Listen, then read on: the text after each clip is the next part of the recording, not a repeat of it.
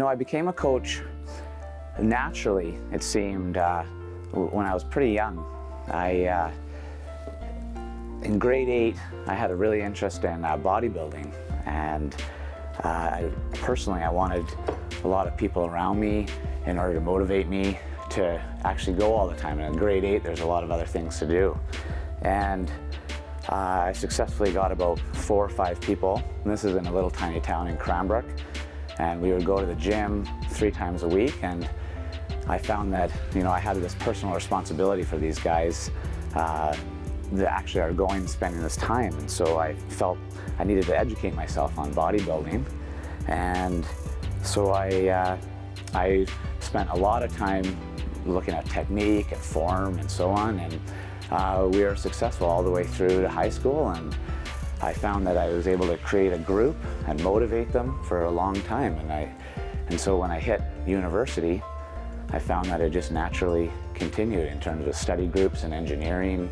And then eventually, when I became a company in coaching, I'd had a lot of practice. Cycling was mainly a transportation. It was like from A to B. When I worked at Zellers or when I worked at Petro-Canada, it was just basically get down there. And I found naturally I would get down there as quickly as I could or get home as quickly as I could.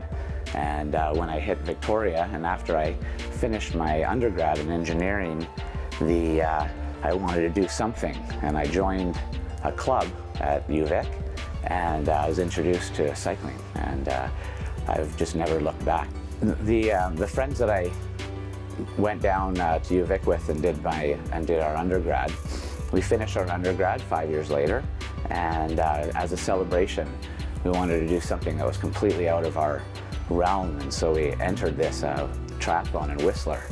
And one of my friends couldn't swim at all, and the other friend didn't want to swim, and so I ended up having to swim, and we did this relay, and it was a short, very short sprint distance triathlon. And so I did the swim, and I thought that I didn't think that I would come out too far behind. We came so far behind in the relay to the individual people that it was really exciting. I thought, holy cow, this has entered a world of people that are really quite amazing, and that got me hooked on triathlon. And I've progressed from there. I moved to Calgary, kept progressing, and I ended up competing in the nationals in half Ironman and Olympic distance, and then finally in the world championships in Hawaii. I find that getting up in the morning like this early morning and going to work, I know other people are doing the exact same thing in order to come and be motivated in the group that I've created. And I really enjoy coaching because I actually get to affect people's lives. I get to change their health, their overall lifestyle, a lot of times even their relationship with their families. And I've had people thank me for all the time, and for somebody to say, thank you for improving my health and my relationship with my wife, and just things like that is really inspirational, and it makes it easy. My day looks like I get up really early in the morning to cater to the people that are working, and then I teach throughout the day, and I've been able to tailor my work hours in order that my daughter gets off school at around 3:30, and so I try to work from 5:30 in the morning to about 3, and then I run home, go get my daughter from dance, and like any parent, I've found that I've just become a chauffeur in the evening, and so I pick up my daughter, we come back here and feed her, and then I drive her to dance, and then sometimes I'm able to come back here, hang out with my other daughter and my wife, and we play for a bit, and I'm starting to get prepared for the next day. But most of the time, everything outside of my work is centered around my family. I find it increasingly hard to balance work and social life, for sure. Fortunately, a lot of my work creating groups, riding outside, corporate clubs, a lot of that ends up being quite social, so that spurs me on in terms of I don't really need a lot of outside social time. And so, and a lot of times within this community, the people that are riding are my friends anyway. So I end up working and overlapping my social life a little bit. One of the key aspects I've done in order to make sure that it's sustainable is I've created a cycling club. And this cycling club, when I show up to the cycling club, they know that people aren't being coached by me, so I can just relax and ride. Instead of just providing workouts to people in order for performance, I try to create a community for them. And so you'll see I run down to work. Everyone who comes, even at 6 a.m., even though some are still they're dragging their feet in there, they're all looking forward to seeing each other. And and if somebody misses, one guy will be like, "Hey, well, where were you yesterday morning?" And it's really neat to see. Come spring, them all riding outside, and so how I center my work and is creating community. And I've been successful creating several corporate clubs these days, as people are coming off the golf course and onto the cycling world. I've been creating these cultures of business networking on the road, and it's been pretty successful.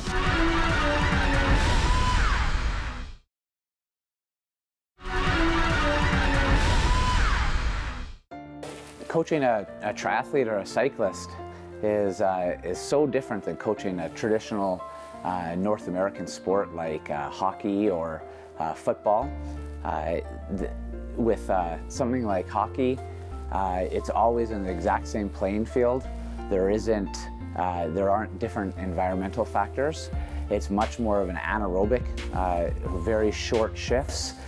With cycling especially, the distances are so long that the tactical knowledge that you need to use on the fly over such a huge period is such a challenge, and it's so different than anything like a basketball player. He goes on for maybe a minute or less of a shift, and maybe a little bit more, but there's such a stoppage and play all the time that he can regroup. Whereas cycling, you might be out there for over 6 hours and having to make decisions on who you're going to collaborate with on the road, and you're always thinking about nutrition, pacing, and when are you going to make your move for victory. And the training around that is much more complex than simply being in the same environment or the same atmosphere all the time, like a traditional sport that people might see on TV, like hockey or basketball. So there's so many different variables. It takes quite a few years in order to get the whole feeling of how to race successfully in cycling. And because it's an endurance sport, a young cyclist is 24, 25. Whereas in something like in swimming, where it's very predictable, it's up and down the lanes, an old swimmer is 25. And so it even shows in terms of the age. There's so many elements of triathlon that appeal to me. Just one of the biggest one is probably the diversity of the terrain that you're going to be racing on. If you go in a lot of other sports like hockey or swimming, you're always competing in the same arena. And what I really like about triathlon is the opportunity to travel and go and compete in maybe even a different culture, different terrain, different road surface, and different water temperature, and it's a real challenge. And also with triathlon, you get to use your upper body and your lower body, so you're using quite a range of muscles, and so it appeals a lot to athletes as they grow older, that they're not just running and just using the same muscles over and over. Primarily, I'm a cycling coach that enjoys triathlon, and I do some coaching of triathlons, but I do focus on the cycling, and I really believe that triathletes benefit from learning the intricacies of the cycling component for sure. I think there are so many aspects of cycling that will benefit you as a triathlete if you learn them from a cycling standpoint, not just from a solo triathlete standpoint. I encourage people to try cycling simply because it opens up a whole new world to them in terms of being able to operate in a really healthy lifestyle that's very supportive. You're almost introduced to a whole culture and a community of people that are really encouraging to being able to be healthy enough to maybe go on a cycling vacation or just ride on the weekend and explore your own terrain and around your cities, and just be healthy enough and active enough in order to be able to do anything cardiovascularly that you want at any time. I encourage triathlon if I notice that the athlete is looking for something maybe a little bit different, or if they have a competitive streak in them. A lot of the athletes that I coach don't have that competitive streak, and they simply want to ride and go on a cycling vacation in France or Italy. But if I do see that they're looking for something competitive outside maybe the realm of just cycling events, then I definitely encourage triathlon, and especially if they're looking for something that's more full body, and as they're aging, it's really good to incorporate more of the body than just what cycling gives. I'm lucky enough to have developed my life right now. I am a professional cycling coach and triathlon coach, and that's what I do for work. However, I use my previous work. I'm an engineer at heart, and after I was doing my PhD here at the University of Calgary, and as I was doing my PhD in medical imaging, I was learning how to coach and motivate people at the same time, and I found that there was definitely a parallel there that I could use the two. And so when I graduated, and after a couple of years of working as a research engineer, I found that I was spending most of my time coaching and using the meticulous nature of developing programs and community, that I just decided to become a full professional coach and use the training that I got in university to augment it. You know, I've been at this for a long time, and there's so many examples of people that I've been really proud of over the years, and most of the time it's athletes that have really changed their lifestyle. And I've had athletes in here that have come in here, they're just sick of being sedentary, or they're sick of being injured all the time, and I'm able to provide them with the motivation and the opportunity to have a community around them to encourage them to change the way that they operate. And a lot of times I'll give them this opportunity, and the athletes that I'm most proudest of are the ones that embrace it and really make a change.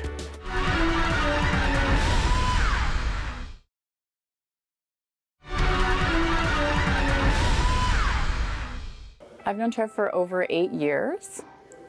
We met when our oldest kids were quite young, and I've been cycling with him for about that long, and he's been coaching me for 5 of those years. I've participated in lots of local events, both in the road bike world and in triathlon, everything from sprint triathlons to half iron distances, such as Calgary 70.3 and Great White North. Two of my favorite competitions have been the Xterra World Championships in Maui, and I've managed to do 2 of those, and they were really exciting and very beautiful venues. I think what divides a good coach from a great coach is that intangible quality that some coaches have to be able to pull the motivation out of the different personality types that they come across. And one of the things that Trev is really good at is figuring out how you're motivated and how to use that as a training tool, and how to keep you focused on some short-term goals, but also those long-term goals that seem so far off in the distance they're hard to focus on. One of the things I think that a lot of people really appreciate about Trev is that he has an endless supply of energy. His storytelling keeps you motivated even when the set that you're working on the bike is terrible and you just want to get through it. For some reason, the combination of his experiences and his energy and his motivation really provide encouragement, and the idea of being able to manage discomfort and being able to put yourself in a position or through a set that you may not be able to do on your own. Some of the skills that I think that are really important for a coach, or things that I think Trev has embodied really well, is the ability to provide balance in programming and to encourage people to seek out not only just that particular skill that's required for that sport, but also to challenge yourself to do something that may be uncomfortable, that's still going to benefit you as an athlete, but maybe encourage you to go try, fat biking in the snow if you've never ridden in the snow before. I think the key to keep training is to make sure that we realize that what we do is a hobby. Most of the athletes that I train are masters athletes. They've got careers, they've got kids, they've got relationships, and at the moment you start taking yourself too seriously is when it starts to become a little unsustainable.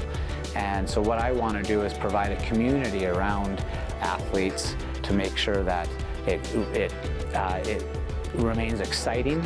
There's always something new, but it's also everyone keeps everyone in check to make sure that it doesn't get too serious. One of the things that I like about coaching in my situation of who I coach is the goals are so diverse. Some people come in here and they simply want to just learn how to ride a bike a little bit more safely, want to learn how to ride their bike a little bit more intelligently, and then get some friends and go out and ride. Whereas I have other athletes in here that they have a specific race that they want to develop themselves into, or they want to go on a cycling vacation. When I get athletes to do like a little sprint, say, on their bikes, everyone can always focus for 10 seconds, but when some bike races, or if you go on a cycling vacation and you're going on a 100K ride or 60K ride, those take place over hours, and there's a lot to keep track of. There's nutrition, there's gearing, there's pacing, there's what to even wear and what the appropriate thing. And so I would say one of the most underrated skills in endurance athletes is the ability to have this matrix in your head and be figuring out what are your priorities at that moment, and what's coming up ahead, up on the road, or the weather, and so on. To build a perfect endurance athlete, absolutely would be the ability to prioritize what the body needs at that specific moment, and be able to figure it out under extreme duress. So if we're talking in a race scenario, what kind of nutrition does the body need? What kind of gearing should you be at? Your pacing, and then on top of that, you have to be figuring out race tactics. In that scenario, what are your specific limiters and strengths, and be able to figure that all out. Living in Calgary, there's a couple aspects that really encourage quality over quantity for sure, and especially the demographic that I cater to, which are usually working professionals with kids. They have other lives, some of them have other hobbies. I really cater quality over quantity, and in that way they can set their hobby into a better framework in terms of their lifestyle. So if for athletes that I coach, I really encourage quality over quantity. For sure, if you're a pro athlete, then you'd want both, and you'd want a lot more quantity, but in order for it to be sustainable and enjoyable, quality is absolutely the key. Weight training is always a contentious topic actually for endurance athletes, especially cyclists, where they're always worried about their weight. However, most of the athletes that I coach, you want to incorporate it, as I always say, you want to grow old gracefully. And so I do encourage people to hit the weight room, the gym, or do something else like Pilates, or something like a class that incorporates lateral movement, backwards movement, and the use of their upper body. Sometimes it's beneficial and sometimes it isn't. And when I go into a competition and I'm looking at an athlete, if I'm passing them or they're passing me, and I'm assessing their form on the bike, or I'm looking around in the group that I'm racing, and I'm absolutely using a lot of the aspects that I coach. So for example, if I'm watching a younger athlete and I notice that they're not keeping on top of their nutrition in a long road race, then I know that hopefully I'll have the upper hand on them later on in the event. And whereas that young athlete has no idea what they're doing wrong at that moment.